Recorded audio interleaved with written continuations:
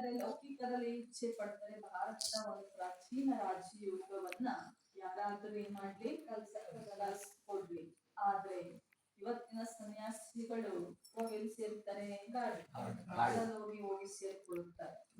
ಈಗ ತಿಳ್ಕೊಳ್ತಾರೆ, ನಾವೆಲ್ಲ ಪ್ರಾಚೀನ ರಾಜ್ಯವನ್ನ ಕಲಿಸ್ಲಿಕ್ಕೆ ಯಾರಾದ್ರೂ ಬಂದು ನಮಗೇನ್ ಮಾಡ್ಲಿ, ಯೋಗವನ್ನ ಕಲಿಸ್ಕೊಡ್ಲಿ ಅಂತ ಹೇಳಿ. वहाँ भी समझते हैं, हम सीखे क्योंकि समझते हैं योग से ही पैराडाइज स्थापना हुआ था. ಅವರು ಕೂಡ ತಿಳ್ಕೊಳ್ತಾರೆ, ನಾವು ಕಲ್ತು ಇದರಿಂದ ಏನ್ ಮಾಡ್ತೀವಿ, ಭಾರತದ ಹೊಸ ರಾಜ್ಯ ಸ್ವರ್ಗವನ್ನ ಸ್ಥಾಪನೆ ಮಾಡ್ಲಿಕ್ಕೋಸ್ಕರ. बाप समझाते हैं योग बल से तुम पैराडाइज के मालिक बनते, ಹೇಳ್ತಾರೆ ಬಾಬಾ. बाप पैराडाइज स्थापना किया है,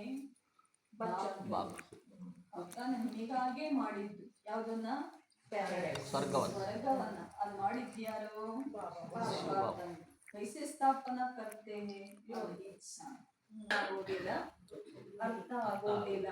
ಯಾ ರಾಜ್ಯ ಯೋಗ ಬಾಕಿ ಸಿಕ್ಲಾಗ್ತೇ.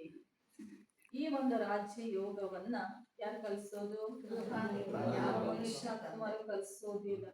ಅಂದ್ರೆ ನಾನೇ ಬಂದು ಕಲ್ಪದಲ್ಲಿ ಏನ್ ಮಾಡ್ತೀನಿ ಅಂತ ಬಾಬಾ ಈ ರಾಜ್ಯ ಯೋಗವನ್ನ ಕಲಿಸ್ಕೊಡ್ತೀನಿ. ಜಿಸ್ಮಾನಿ ಕೋಯಿ ಮನುಷ್ಯ ಸಿಕ್ಕಿಲ್ಲ ನಾ ಸಸಕೆ. ವ್ಯಕ್ತಿಗಳು ಯಾವುದೇ ರೀತಿಯಲ್ಲಿ ಹೇಳ್ಕೊಳ್ಳೋದೇ ಇಷ್ಟೆಲ್ಲ ತೊಂದರೆಗಳಿದೆ. ಜರೂರ್ ಫಿರ್ ಪತಿತ್ ಬನಾನೆ ವಾಲಾ ಭಿ ಕೋಯಿ ಹೋಗ. ಪಾವನ ಮಾಡೋರು ಒಬ್ಬರಿದ್ರೆ ಮತ್ತೆ ಯಾರಿರ್ತಾರೆ, ಕೂಡ ಇದ್ದೇ ಇರ್ತಾರೆ. ಅಭಿ ತುಮ್ ಬಚ್ಚೆ ಜಡ್ಜ್ ಕರ್ ಬರೋಬರ್ ಐಸಿ ಹೇನ. ಈಗ ನೀವೇ ನಿರ್ಣಯ ಮಾಡಿ ಅಂತಾರೆ ಬಾಬಾ. ಈಗಿರುವಂತ ಪ್ರಪಂಚದ ಹೋಲಿಕೆ ಮಾಡಿದ್ರೆ ಇರೋದೇನಿದೆ, ಪತಿತ ಒಂದಲ್ಲ ಒಂದು ರೀತಿ ಏನಿದೆ, ತೊಂದರೆಗಳೇ ಜಾಸ್ತಿ. मैं ही आकर सभी वेदों शास्त्रों का आदि से साथ सुनाता हूँ.